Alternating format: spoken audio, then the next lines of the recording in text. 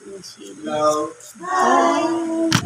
Sa pangalan ng Dakilang Panginoong Kristo, isang mapagpalang hapon sa bawat isa. Nandito po tayo sa pagpapatuloy ng gawain kung saan ating kong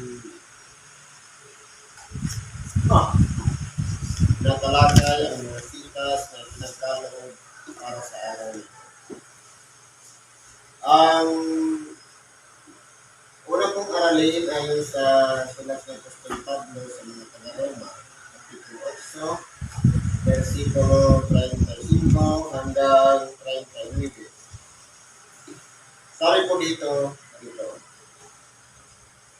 sino ang maghihiwalay sa atin sa pag-ibig ni Kristo? Ang kapigatian o ang kahapisan? O ang pag-uusig, o ang kagutom, o ang kaubaran, o ang panganib, o ang tama.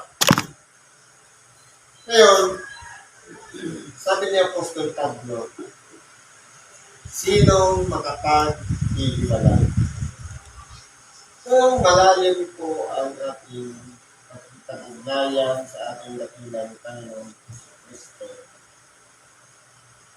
matibay at matatag, kumbaga sa koneksyon, hindi lang yung sawayan, hindi lang yung basta nakaliti, hindi lang basta nakapurupot, kundi nakalak. Ngayon, kung ang ugnayan ng bawat isa sa atin, sa ating dakilang Panginoon, naka-intact, kahit dumating man ang mga bagay nito, wala pong makapag-ihiwalay sa atin. Ano-ano po ang mga nagiging dahilan na pagkaminsan dahil sa mga bagay na ito, napuputol ang pakikipag-ugnayan natin sa ating dakilang Panginoon. Sabi ni Apostol Pablo, kapighatian. Minsan, kapag dumaranas tayo ng tagumpayan, lalong-lalo na kapag tayo namatayan, kung hindi matatag ang pagkikipag-ugnayan sa ating Panginoon, marahil panghihinaan na tayo ng loob.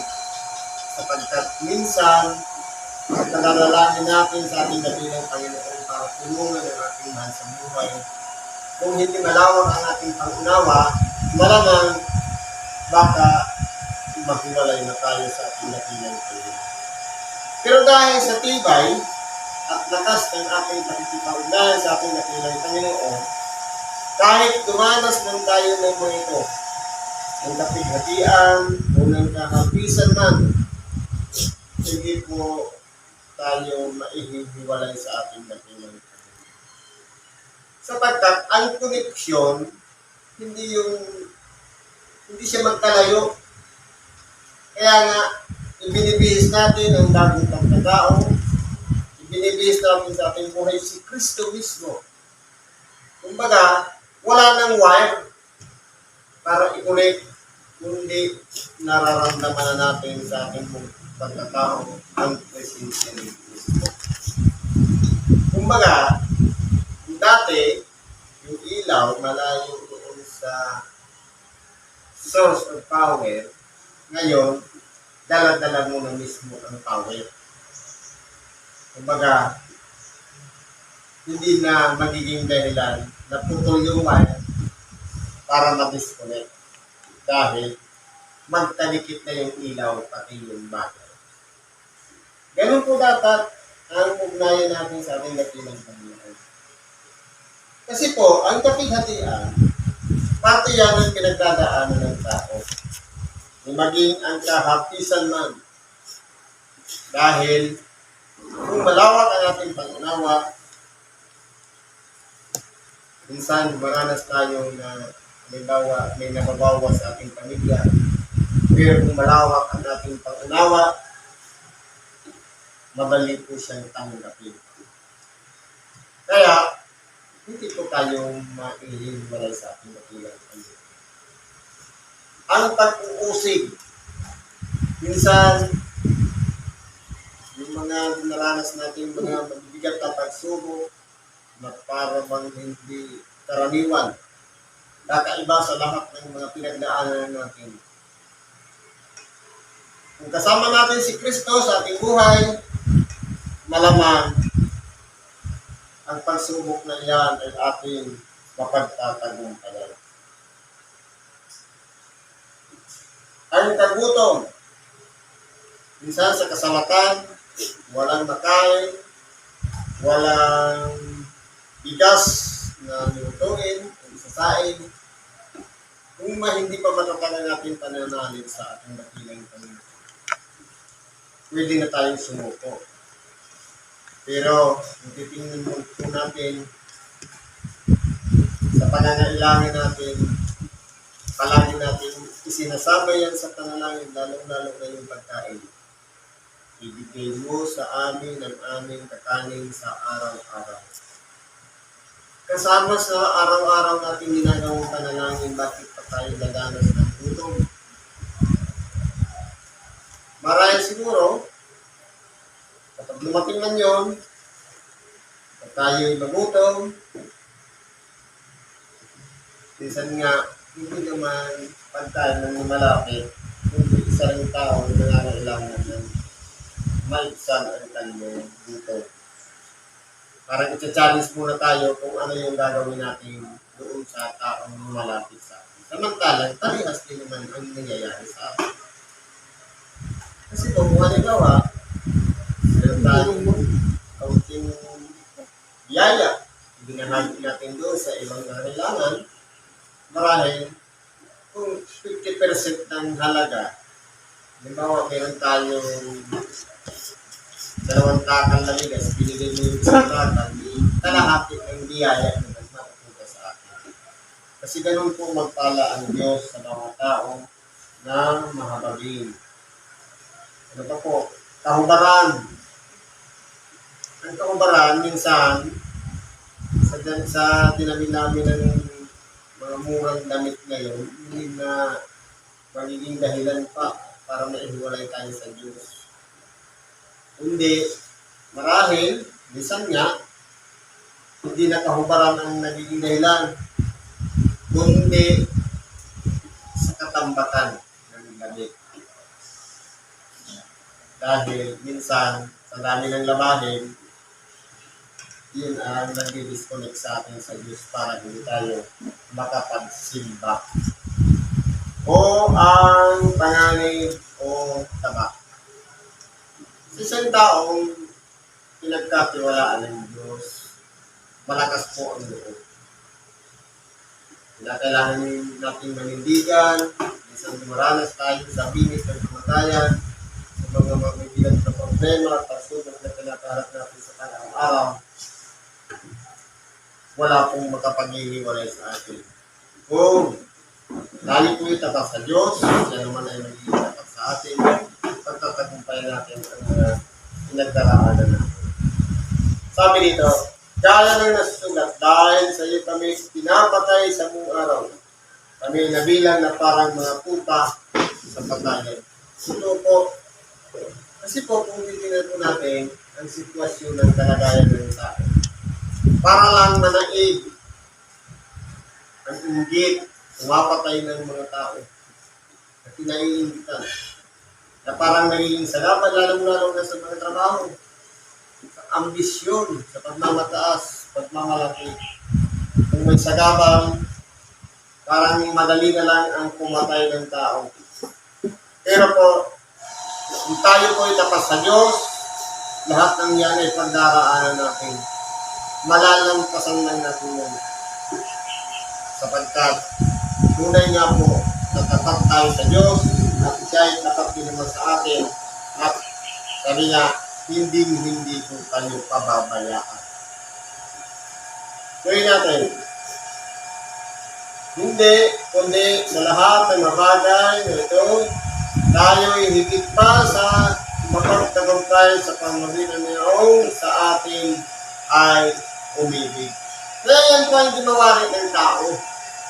Kapag minsan, sa mga nangyayari sa ating buhay, akala natin hanggang doon na lang ang buhay natin. Hanggang doon na lang ang kasukatan ng tingnan natin sa ating sariling kakayahan. Pero po, kung dahil sa tulong ng Diyos, meron po mga bagay na imposibleng dumarating sa ating buhay na ito po'y ating napagtatagumpayan. Katulad ng karamdaman, minsan sinusuko natin ang ating sarili na para bang ayaw na natin. Pero ang pagsuko ng karamdaman sa ating dakilang Panginoon, isang napakagandang solusyon. Kasi po, uminom tayo ng uminom ng anumang mga lamang gamot o gamot sa doktor material, pero kung hindi nakalungkutan ng Diyos, hindi na po malulungkutan ng buhay. Pero sinuko natin ang ating buhay sa Diyos, minsan po, tubig lang, basta mayroong pagpapala ng Diyos, gumagaling po ng tao. Ganyan po makapangyarihan ang Diyos. Kasi po, kung babasahin natin mga kasaysayan ng ating nakilang Panginoon, wala naman siya nirekomendang mga ibang mga gamot. Kundi, isa lang ang hinihingi niya. Pananampalataya. Lahat ng nagtitiwala at naniniwala sa ating nakilang Panginoon, nagtatamo ng kagaling. Yun lang po ang solusyon. I-okay natin ang ating sarili sa pamamagitan ng pananampalataya at kung tayo dumanas na ng nataramdaman, tayo po tayo pinagagaling ng Diyos. Sapagkat ako'y naniwalang lubos na kahit ang kamatayan man, kahit ang buhay, kahit ang anghel, kahit ang Panginoon, kahit ang mga bagay sa kasalukuyan, kahit ang mga bagay na darating, kahit ang kapangyarihan, kahit ang kataasan, kahit ang kabaan, kahit ang ibang nilalang, ay hindi makapaghihiwalay sa atin sa pag-ibig ng Diyos. Na nasa kay Kristo, Panginoon, kay Kristo Isos, na Panginoon natin. Kaya po, sa bawat nananalig sa ating dakilang Panginoon. Kasi po, ang connection kasi sa natin sa ating dakilang Panginoon, kinakailangan po, alamin talaga natin kung nasaan yung pinakamagandang pamamaraan para ma-connect natin ang ating sarili sa Diyos. Maraming nagka-connect sa ating dakilang Panginoon na para pagang kilala lang siya. Inaasahan lang sa oras ng pangangailangan. Pero sa oras ng pagtatagumpay, nakakalimutan siya. Kaya kung titingnan po natin dito, kataasan man o kababaan, kasalukuyan man kahit ang darating, pamunuan man o mga anghel, kahit ito mang buhay o kamatayan, mapamaganda man ang ating karanasan sa ating buhay, kung pangit man, kapag maganda yung koneksyon natin sa ating dakilang Panginoon, wala pong makapaghihiwalay sa atin sa pag-ibig ng Diyos. Kasi po, naka-intact siya. Bigyan natin ng sample. Ngayon, talagay natin ang ating dakilang Panginoon, yung connection ng wire ng dalawang magkaibang klase. Isang aluminium at isang tanso. Minsan, kapag nakita natin yan sa entrance ng ating bahay, galing sa supply, aluminium. Yung papasok sa loob, tanso. Akala natin, fixed na siya, matibay na siya. Pero, dahil yan ay nababalot ng electrical tape, nagkakaroon po siya ng corrosion. Dahil may reaksyon ang dalawang wire. Sa pagitan ng tanso at aluminium, nagkakaroon siya ng parang asin. na iyon ay naiipon sa katagalan dahil nababalot siya ng electrical tape at nasisingawan siya. Kaya nga po, minsan nawawala yung ilaw sa isang bahay dahil po hindi po dapat pinagkakatiwalaan lang ang koneksyon. Kundi dapat kaisa. Yung aluminium yung i-connect natin. Minsan nga, dahil sa ulan, dahil sa mga nangyayaring korosyon o reaksyon ng chemical sa chemical, hindi po siya nagiging tinta. Kaya, dito, inihalimbawa din sa ating pagkikipag-ugnayan kay Kristo. Hindi porket na kay Kristo na tayo, pagkakampan tayo. Alalahanin natin kung si Kristo man nabuhay dito sa ibabaw ng sanlibutan, hindi nawala sa kanyang paligid ang mga tumututol sa kanya. Lalong-lalo na yung mga taong may mataas na kalagayan, hindi po siya kinilala. Kaya nangyari, ipinapatay po siya na isinama doon sa mga masasama, sa mga tulisan, nilagay sa gitna nila para lamang ipako sa krus. Ibig sabihin, kung si Kristo nabuhay dito sa ibabaw ng lupa, marami siyang mga against sa kanya. Palagi natin iisipin din, kung tayo'y na kay Kristo, meron pong sagabal na siyang gumagawa. Kung tayo'y nagsisikap sa paggawa, sumasabay din siya sa paggawa. Nang sa ganon, yung connection na yan, magkaroon ng korosyon at maputol ang connection. Kaya po, pinakamaganda sa bawat isa sa atin, dapat merong paglilinis. Nang sa ganon, hindi maipon yung mga bagay na nagiging dahilan na kumbaga sa halip na pagkakampante tayo sa ating pagsisimba, pananalangin, o pagkikipag-ugnayan sa ating dakilang Panginoon, kinakailangan ang may sabi nga, araw-araw, linggo-linggo, o buwan-buwan na paglilinis. Na walang iba, ito po yung paghingi natin ng tawad sa ating mga kasalanan. Kaya po, hindi tingnan natin, sabi sa ibang parte ng malalakasin, mag-ingat ika na sa iyo sa kanyang pagkakatayo, baka tayo'y mabuwan. Kaya, kung tayo man, intact sa ating pananampalataya kay Kristo, palagi natin iisipin, ang labanan dito sa bago na sanlibutan, mabuti at masama. Nasa mabuti man tayo, palaging may masama, na palaging humaharang at tumututol upang sa ganon, hindi maging maayos ang pag-ugnayan natin sa ating dakilang Panginoon. Kaya po, meron tayong tinatawag na espiritu. At meron din espiritu na gumagabay sa atin. Palagi natin i-double check, titingnan. Kasi ang kalaban ng Diyos, espiritu din. Baka doon na natin nakakunin. Kaya minsan, nagagawa natin na minsan nalilin lang tayo at nagadaya tayo.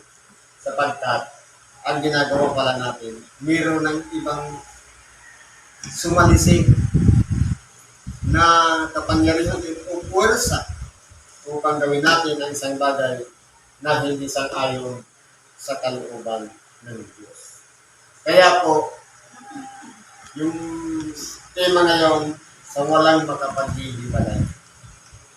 Yung laman ay nangyayari sa mga taong tapat. Mga taong maganda ang ipag-ugnayan sa ating dakilang Panginoon. Minsan yung iba tuwang-tuwa pa kapag napapahiwalay sa Diyos. Yan po ang kaisipan ng talaga ng Diyos. Na walang iba, maputol ang ating pakikipag-ugnayan sa Diyos. Siyempre, kung tayo naman, gusto natin buhay na walang hanggan. pag-iingatan natin yung connection na yun. Sapagkat ito po ang magdadala sa atin upang yung biyaya ng Diyos, yung pagpapala sa pangalan ni Kristo, dumaloy sa ating pagkatao. Marami pa tayong matulungan, mabahaginan ng salita ng Diyos. Kung tayo po, maganda ang pagkipag-ugnayan natin sa Kanya, hindi lang sa panahon na ito, marami pa tayong magagawa. Hindi pa tayo mangaral sa ibang lugar. Pagaling ng napakaraming mga taong may karamdaman sa oras na makita sa bawat isa sa atin ang tunay na katapatan at maayos na pakikipag-ugnayan kay Kristo. Kaya sisiguruhin natin na dapat palaging malinis, maayos ang pakikipag-ugnayan natin kay Kristo sa pamamagitan ng pag-ibig. Sapagkat sabi niya, gumawa man tayo ng kabutihan sa ating kapwa, walang kalakip na pag-ibig, magiging useless ang anumang bagay na kabutihan na ginawa natin sa ating kapwa. Kaya, palagi natin tayong galing sa ating buhay, ang pag-ibig, ang pagpapahalaga sa bawat isang tao, sino man, na nagpipangalain sa atin sa pangalan ni Kristo, upang sa ganon, itong biyaya na nasa atin, yung magamit natin sa Kanya na may katapatan sa ngayon sa kalukuban ng Diyos. Gusto ko kung halimbawa, pinagkatiwalaan tayo ng biyaya para tumulong sa kapwa. Sa halip na ibalik sa Diyos yung papuri, tinako na natin yung papuri, dito po tayo mapapahamak. Ito na po yung paraan para ma-disconnect ang ating pakikipag-ugnayan kay Kristo. Kaya palagi po natin isipin, kaya tayo ay mayroong ginagawang kabutihan sa ating kapwa dahil kay Kristo. Kaya tayo nangangaral ng Ebanghelyo dahil kay Kristo. Kaya tayo tumutulong upang magpagaling ng mga karamdaman, malimos, at mahabag para sa kanila dahil kay Kristo. Palagi natin ibabalik sa Kanya ang karagalan, kapurihan, upang sa ganon hindi po tayo magmalapit sa ating mga kabutihan ginagawa sa ating mga kapwa. Siguro po, nandito na lang pag-sinabi natin sa oras ito. Salamat sa Diyos at ano naman ating kahilingan, karangyaan, lapit at sa Diyos sa ngalan ni Kristo. At ipagkatiwala natin sa Kanya. Dalangin natin lahat ng ating mga kahilingan sa Diyos. Sa ngalan ni Kristo, salamat at mapagpalang ako sa bawat.